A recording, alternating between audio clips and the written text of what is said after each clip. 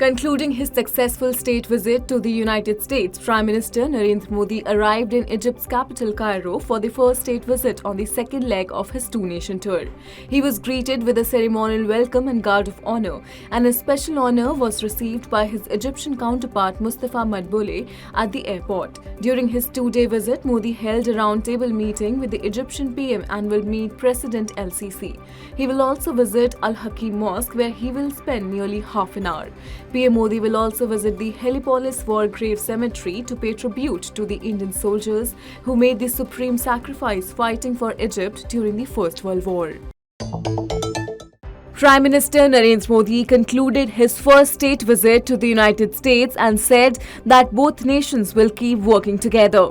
Modi was in the US at the invitation of President Joe Biden and First Lady Jill Biden. His visit started in New York, where he led the International Day of Yoga celebrations at the UN headquarters. He then visited Washington, D.C., where he received a ceremonial reception and had an intimate dinner with Biden. The two leaders also held a historic summit, followed by Prime Minister Modi's address to the US Congress and a state dinner hosted at the White House by the Bidens in his honor. The visit was marked by several major deals to boost cooperation in key areas such as defense, space, and trade. Modi concluded his visit by meeting with Vice President Kamala Harris and CEOs of major US tech giants and addressed Indian diaspora before heading to Egypt.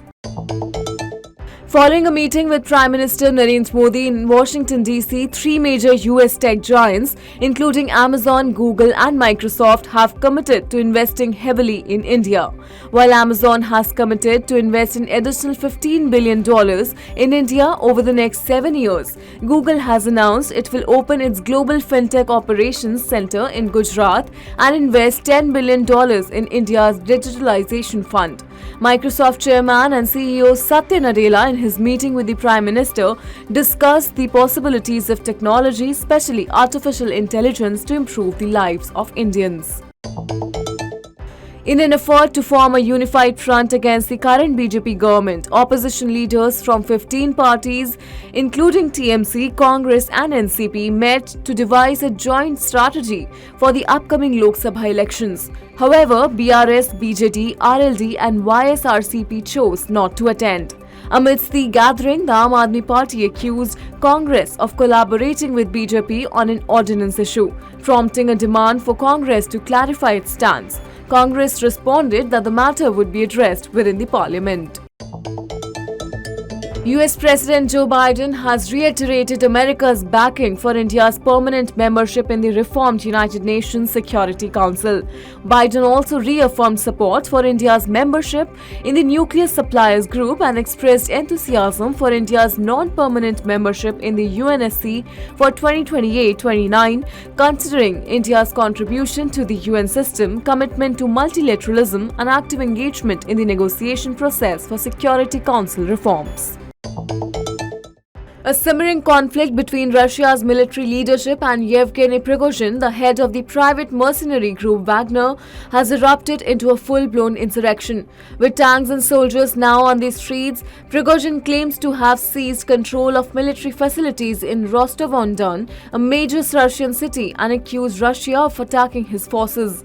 President Vladimir Putin swiftly condemned the action of the Wagner group and those who took up arms against the military, branding them as traitors. Putin referred to it as a mortal blow to the Russian people and pledged decisive action against the mutiny to restore stability.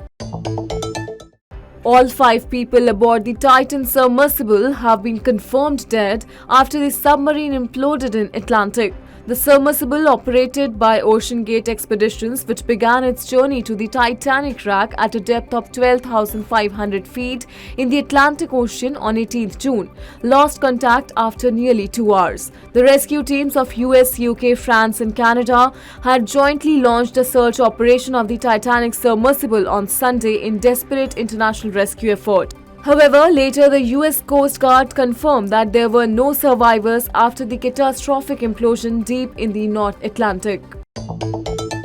The flood situation in Assam remains grim. Over 4.8 lakh people and over 107 square kilometers of cropland have been affected in 19 districts. 2 people have died so far in the first wave of floods in Assam. Following the torrential rains, the water level of 10 rivers, including the Brahmaputra, is above the danger level in some areas. The district administration has set up 140 relief camps and 75 relief facilities in flood-hit districts, and over 35,000 people have taken shelter in these relief camps till now.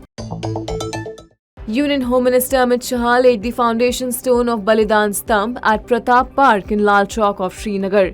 He also addressed the Vitasta festival organized by the Ministry of Culture as the chief guest in Srinagar and met the family of Rajouri terror attack victims. Meanwhile, Home Minister held a comprehensive security review in Srinagar to ensure peace and stability in the region. As part of his 2-day visit to Jammu and Kashmir, Shah also inaugurated and laid foundation stones for various developmental projects. India's medal tally at the Special Olympics in Berlin has now reached 96. The Indian contingent achieved great success in roller skating, clinching 9 more medals, 3 gold, 5 silver and 1 bronze. Judo also proved to be a fruitful arena with 2 more medals secured by Indian athletes. Table tennis showcased an all-Indian final, resulting in a gold for Vignesh Lokeshwar Naik. In powerlifting, 4 additional medals contributed to India's impressive performance. World number 1 javelin thrower Neeraj Chopra has confirmed that he will participate in the upcoming Diamond League, which is set to get underway in Lausanne on June 30. The Diamond League organizers have added Olympic champion Chopra's name to the list of players who will participate in the javelin throw event. Chopra had announced on Twitter last month that he had sustained a muscle strain and, as a precautionary measure, had pulled out of FBK Games in the Netherlands and the Paavo Nurmi meet in Finland.